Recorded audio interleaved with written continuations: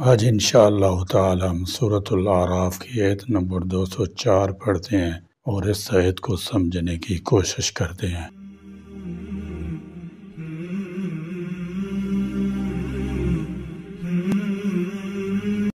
اعوذ باللہ من الشیطان الرجیم، بسم اللہ الرحمن الرحیم۔ وَإِذَا قُرِئَ الْقُرْآنُ فَاسْتَمِعُوا لَهُ وَأَنصِتُوا لَعَلَّكُمْ تُرْحَمُونَ۔ وَإِذَا اور جب قُرِئَ پڑھا جائے القرآن قرآن فَاسْتَمِعُوا پس غور سے سنو۔ مشرکین مکہ نے جیسے مسلمانوں پر یہ پابندی عائد کر رکھی تھی کہ وہ بیت اللہ میں داخل ہو کر نہ نماز ادا کر سکتے ہیں اور نہ طواف کر سکتے ہیں، اسی طرح یہ پابندی بھی لگا رکھی تھی کہ مسلمان نماز میں قرآن بلند آواز سے نہ پڑھا کریں، کیونکہ اس طرح ان کے بچے اور ان کی عورتیں قرآن سے متاثر ہوئے بغیر نہیں رہ سکتی۔ دوسرے انہوں نے آپس میں سمجھوتا کر رکھا تھا کہ ہم میں سے کوئی شخص قرآن نہ سنے، اگرچہ قرآن کی فصاحت و بلاغت اور شیریں انداز کلام سے وہ خود بھی متاثر ہو کر اپنی اس تدبیر کی خلاف ورزی کرتے ہوئے کبھی کبھی قرآن پاک سن لیا کرتے تھے، اور قرآن کی دعوت کو روکنے کے لیے ان کی تیسری تدبیر یہ تھی کہ جہاں قرآن پڑھا جا رہا ہو وہاں خوب شور و غل کیا جائے تاکہ قرآن کی آواز کسی کے کانوں میں نہ پڑ سکے، اسی طرح تم اپنے مشن میں کامیاب ہو سکتے ہو۔ اسی پس منظر میں اللہ تعالیٰ جل شانہ نے فرمایا کہ اس روش کو چھوڑ دو اور ذرا غور سے سنو تو صحیح کہ اس میں کیا تعلیم دی گئی ہے۔ کیا عجب کہ تم خود بھی اسی رحمت کے حصدار بن جاؤ جو ایمان لانے والوں کو نصیب ہو چکی ہے۔ مخالفین کی معاندانہ سرگرمیوں کے مقابلے میں یہ ایسا دل نشین انداز تبلیغ ہے جس سے ایک داعی حق کو بہت سے سبق مل سکتے ہیں۔ لہو اسے وانصتوا اور خاموش رہو، یعنی جب قرآن ایسی دولت بے بہا اور علم ہدایت کی کان ہے تو اس کی قرأت کا حق سامعین پر یہ ہے کہ پوری فکر و توجہ سے ادھر کان لگائیں، اس کی ہدایات کو سمع و قبول سے سنیں، ہر قسم کی بات چیت، شور و شغب اور ذکر فکر چھوڑ کر ادب کے ساتھ خاموش رہیں تاکہ خدا کی رحمت اور مہربانی کے مستحق ہوں۔ اگر کافر اس طرح قرآن سنے تو کیا بعید ہے کہ خدا کی رحمت سے مشرف با ایمان ہو جائے اور پہلے سے مسلمان ہے تو ولی بن جائے، یا کم از کم اس فعل کے اجر ثواب سے نوازا جائے۔ اس آیت سے بہت سے علماء نے یہ مسئلہ بھی نکالا ہے کہ نماز میں جب امام قرات کرے تو مقتدی کو سننا اور خاموش رہنا چاہیے، لعلکم تاکہ تم ترحمون رحم کیے جاؤ۔ اس آیت میں اللہ تعالیٰ جل شانہ نے قرآن پاک کے آداب بیان کیے ہیں اور اس سے مستفید ہونے کا طریقہ بتلایا ہے۔ ارشاد ہوتا ہے وَإِذَا قُرِئَ الْقُرْآنُ جب قرآن پاک پڑھا جائے فَاسْتَمِعُوا لَهُ اس کو کان لگا کر سنو، وَأَنصِتُوا اور خاموش رہو، لَعَلَّكُمْ تُرْحَمُونَ تاکہ تم پر رحم کیا جائے۔ اللہ تعالیٰ جل شانہ نے اسے باعث ہدایت اور رحمت بنایا، اور جو لوگ اس پر ایمان رکھتے ہیں ان کے لیے تو بدرجہ اولیٰ لازم ہے کہ تلاوت قرآن کے وقت شور و شر نہ کریں، کوئی جھگڑا تنازع برپا نہ کریں بلکہ اسے خاموشی کے ساتھ سنیں۔ سورہ حامیم سجدہ میں کفار کا یہ قول بھی بیان کیا گیا ہے لا تسمعوا لهذا القرآن والغوا فیہ لعلکم تغلبون کہ جب قرآن پڑھا جا رہا ہو تو اس کو مت سنو بلکہ شور و غوغا کرو تاکہ تمہیں غلبہ حاصل ہو۔ مگر اللہ تعالیٰ جل شانہ نے فرمایا کہ تلاوت قرآن کے وقت خوب کان لگا کر سنو اور خاموش رہو تاکہ اللہ کی رحمت تمہارے شامل حال ہو۔ مفسرین کرام رحمۃ اللہ تعالی علیہ اس آیت کا شان نزول یہ بھی بیان کرتے ہیں کہ اس سے پہلے مسلمان نماز کے دوران کلام بھی کر لیتے تھے، ایک دوسرے سے کوئی بات پوچھنی ہوتی تو پوچھ لیتے تھے، مثلا رکعتوں کی تعداد دریافت کر لیتے، یا باہر سے آنے والا سلام کہتا تو اس کا جواب دے دیتے۔ ترمذی شریف کی روایت میں آتا ہے کہ جب یہ آیت نازل ہو گئی تو ہمیں نماز کے دوران سلام کرنے یا کوئی دیگر کلام کرنے سے روک دیا گیا۔ سورہ بقرہ کی آیت وَقُومُوا لِلَّهِ قَانِتِينَ میں بھی اسی مضمون کو بیان کیا گیا۔ یعنی اللہ کی دربار میں عاجزی اور خاموشی اختیار کرتے ہوئے کھڑے رہو اور نماز کو نہایت خشوع و خضوع کے ساتھ ادا کرو، چونکہ نماز میں قرآن پاک کی تلاوت لازمی ہے، اس لیے فقہائے کرام نے اس آیت کا اطلاق نماز پر بھی کیا ہے۔ تاہم محدثین اور فقہائے کرام کا بعض فروعی مسائل میں اختلاف ہے۔ اس قسم کے اختلافات صحابہ کرام رضی اللہ تعالی عنہم میں بھی پائے گئے ہیں، اور ان کی ممانعت نہیں، کیونکہ یہ اختلاف کسی اصول میں نہیں ہوتے بلکہ کسی ایسی فرع میں ہوتے ہیں جہاں اختلاف کی فی الواقع گنجائش موجود ہو۔ دلائل کو سمجھنے میں اختلاف کا پیدا ہونا ایک فطری بات ہے، اور اس ضمن میں قوی دلائل کو نظر انداز نہیں کیا جا سکتا۔ نماز کی عمومی حیثیت میں تو کسی صحابی یا اہل حق فقیہ کا اختلاف نہیں ہے، تاہم اس کی کیفیت اور بعض جزئیات میں اختلاف ضرور موجود ہے۔ حنفی، شافعی، مالکی اور ظاہری مسالک انہی اختلافات پر مبنی ہیں، اور ہر مسلک کا پیروکار اپنے اپنے مسلک کے مطابق نماز ادا کرتا ہے، مگر دوسرے کو کسی بات پر مجبور نہیں کرتا۔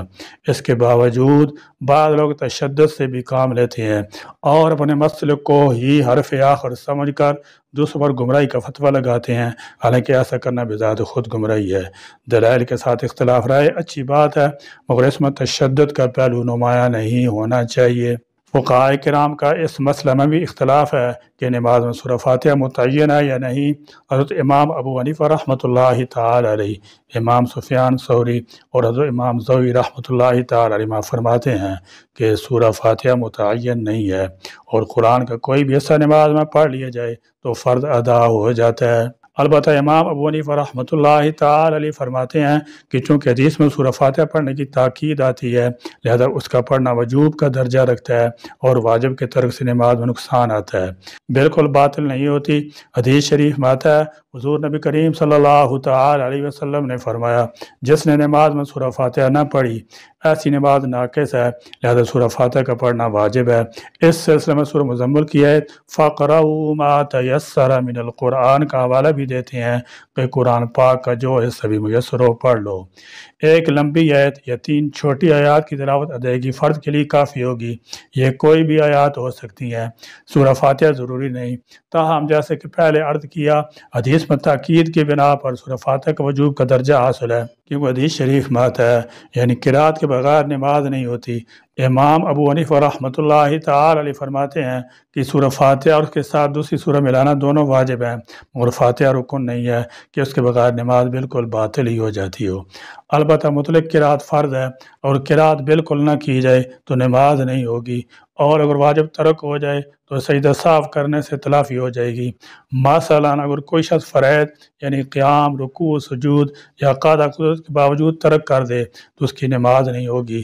اس طرح مطلق ان قرات کے ترک سے بھی نماز باطل ہوگی۔ حضرت امام ابو حنیفہ رحمۃ اللہ تعالی علیہ فرماتے ہیں کہ اگر اس آیت کو مدنی بھی تسلیم کیا جائے تب بھی یہ نماز ہی کی متعلق ہے، اور اس کا حکم خطبہ جمعہ پر بھی عائد ہوتا ہے کہ اس کا سننا بھی ضروری ہے، جیسے کہ احادیث سے اس کی تائید ہوتی ہے۔ امام ابوبکر جساس رحمۃ اللہ تعالی علیہ فرماتے ہیں کہ اس آیت کریمہ میں اللہ تعالیٰ نے 2 باتیں بیان فرمائی ہیں۔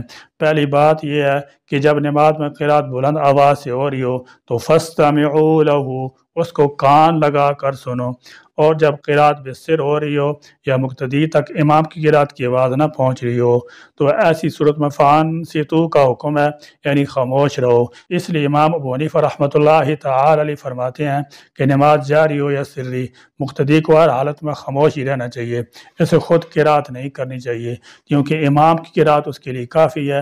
اس سلسلے میں بہت سی احادیث بھی موجود ہیں۔ حضرت ابو موسیٰ اشعری رضی اللہ تعالی عنہ اور حضرت ابو ہریرہ رضی اللہ تعالی عنہ کی روایات مسلم شریف، سنن اربع، ابن ماجہ، ترمذی، ابو داود، نسائی، مسند احمد وغیرہ میں موجود ہیں کہ جب امام تکبیر کہے تو تم بھی تکبیر کہو، وَإِذَا قُرِئَ فَأَنصِتُوا، اور جب امام قرات کرے تو تم خاموش رہو، پھر جب امام وَلَا الضَّالِّينَ کہے تو تم آمین کہو۔ چنانچہ صحابہ کرام رضی اللہ تعالی عنہ کی اکثریت امام کے پیچھے سورہ فاتحہ پڑھنے سے منع کرتی ہے۔ مسلم شریف میں روایت موجود ہے، حضور نبی کریم صلی اللہ تعالی علیہ وسلم نے نماز پڑھائی، ایک شخص نے پیچھے سے پڑھنا شروع کر دیا، نماز ختم ہوئی تو حضور صلی اللہ تعالی علیہ وسلم نے فرمایا کیا بات ہے، میرے ساتھ قرآن میں جھگڑا کیا جا رہا ہے؟ فرمایا امام کے پیچھے مت پڑھا کرو۔ اس سے پہلی آیت میں اللہ تعالیٰ نے قرآن مجید کی عظمت بیان فرمائی تھی کہ قرآن پاک کی آیات تو تمہارے رب کی طرف سے آنکھیں کھول دینے والے دلائل ہیں اور ایمان لانے والے لوگوں کے لیے ہدایت اور رحمت ہے۔ اور اس آیت میں بتایا کہ اس کی عظمت و شان کا تقاضا ہے کہ جب قرآن پڑھا جائے تو اسے غور سے سنا جائے اور خاموش رہا جائے۔ علامہ عبداللہ بن احمد نصفی رحمۃ اللہ تعالی علیہ فرماتے ہیں اس آیت سے ثابت ہوا کہ جس وقت قرآن کریم پڑھا جائے، خواہ نماز میں ہو یا خارج نماز، اس وقت سننا اور خاموش رہنا واجب ہے۔ یاد رہے کہ اس آیت مبارکہ کے بارے میں مفسرین کے مختلف اقوال ہیں۔ ایک قول یہ ہے کہ اس آیت میں خطبہ کو بغور سننے اور خاموش رہنے کا حکم ہے، اور ایک قول یہ بھی ہے کہ اس آیت سے نماز و خطبہ دونوں میں بغور سننے اور خاموش رہنے کا وجوب ثابت ہوتا ہے، جبکہ جمہور صحابہ کرام رضی اللہ تعالی عنہم اس طرف ہیں کہ یہ آیت مقتدی کے سننے اور خاموش رہنے کے باب میں۔ خلاصہ یہ ہے کہ اس آیت سے امام کے پیچھے قرآن پاک پڑھنے کی ممانعت ثابت ہوتی ہے، اور کثیر احادیث میں بھی یہی حکم فرمایا گیا ہے کہ امام کے پیچھے قرات نہ کی جائے۔ حضرت بشیر بن جابر رضی اللہ تعالی عنہ فرماتے ہیں اور عبداللہ بن مسعود رضی اللہ تعالی عنہ نماز پڑھائی تو آپ نے کچھ لوگوں کو سنا کہ وہ نماز میں امام کے ساتھ قرات کر رہے ہیں۔ جب نماز سے فارغ ہوئے تو فرمایا کیا ابھی تمہارے لیے وہ وقت نہیں آیا کہ تم اس آیت کے معنی سمجھو؟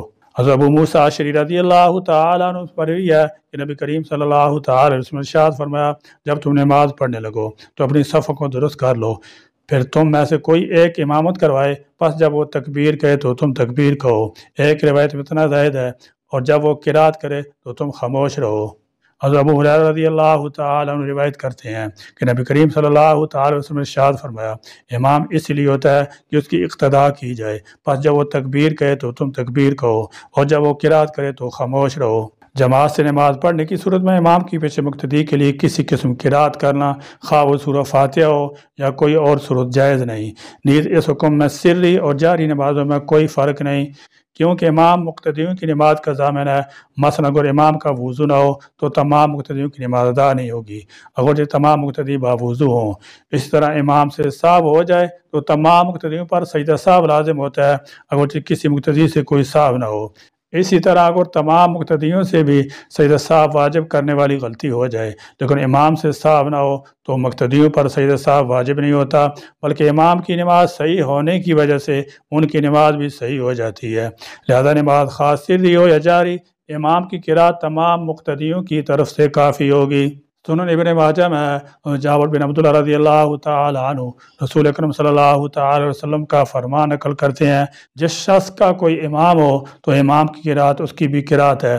صحیح مسلم میں حضرت ابو موسیٰ اشعری رضی اللہ تعالی عنہ روایت کرتے ہیں کہ رسول اکرم صلی اللہ تعالی علیہ وسلم خطبہ دیا اور ہمیں طریقہ بیان کیا اور ہمیں نماز سکھلائی کہ جب تم نماز ادا کرو تو اپنی صفوں کو درست کرو، پھر تم میں سے کوئی امامت کرائے، پس جب وہ تکبیر کہے تو تم تکبیر کہو، اور جب وہ قرات کرے تو بالکل خاموشی سے سنو۔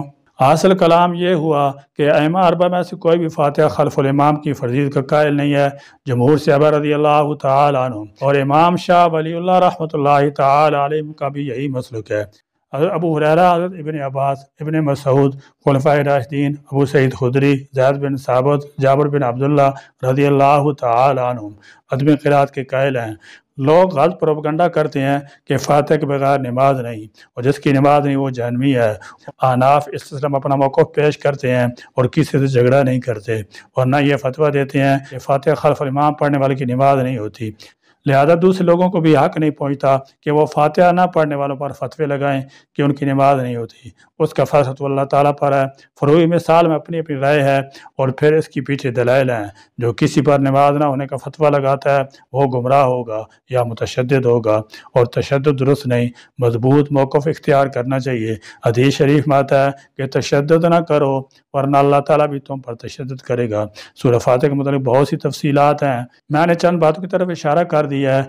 قوی مسلک یہی ہے کہ امام کی پیچھے فاتحہ نہیں پڑھنی چاہیے، اور جو پڑھتا ہے اس کے ساتھ الجھنے کی ضرورت نہیں ہے۔ بہرحال اس آیت کریمہ کا حکم یہی ہے کہ جب قرآن پاک پڑھا جائے تو اسے کان لگا کر سنو اور خاموش رہو تاکہ تم پر رحم کیے جائے۔ یا اللہ کریم ہمیں اپنے فضل و کرم سے قرآن اور پوری دین کی سمجھ فہم عطا فرما دے، اور ہر معاملہ میں ہمارے لیے دین سے رہنمائی حاصل کرنا آسان فرما دے، اور صراط مستقیم پر قائم رہنے کی توفیق عطا فرما دے۔ آمین۔ وآخر دعوانا الحمدللہ رب العالمین۔